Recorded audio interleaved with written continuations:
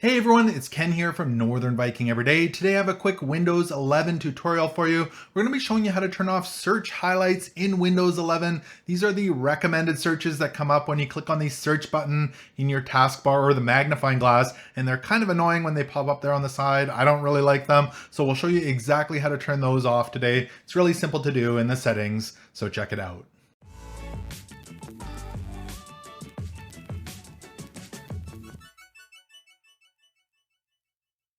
All right, so here we are on my Windows 11 desktop, and I've got search highlights turned on here. You can see I do want to turn those off today. So the first thing we need to do is get into our Windows 11 settings. So there are a couple quick ways to do that. First would be to go to your Start menu here and left click, and you should see settings here in your pin section. You can left click on that. It's a little gear or sprocket there.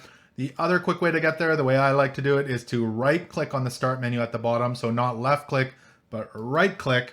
And you should see settings here in the menu. You can go ahead and left click on that. That's going to load you right into the Windows 11 settings. Now from here over on the left hand side, you'll see a whole bunch of different options, and the one we're looking for is privacy and security. Just go ahead and left click on that. And in this section that pops up in privacy and security under Windows permissions, there is an option here that says search permissions. If you left click on that, a whole bunch of options will pop up that you can turn on and off. So we'll scroll through here all the way down to more settings right here, and you'll see a little toggle switch, and it says show search highlights, see content suggestions in the search box and in search home. So if I click on my search icon here, you can see that the content suggestions are turned on.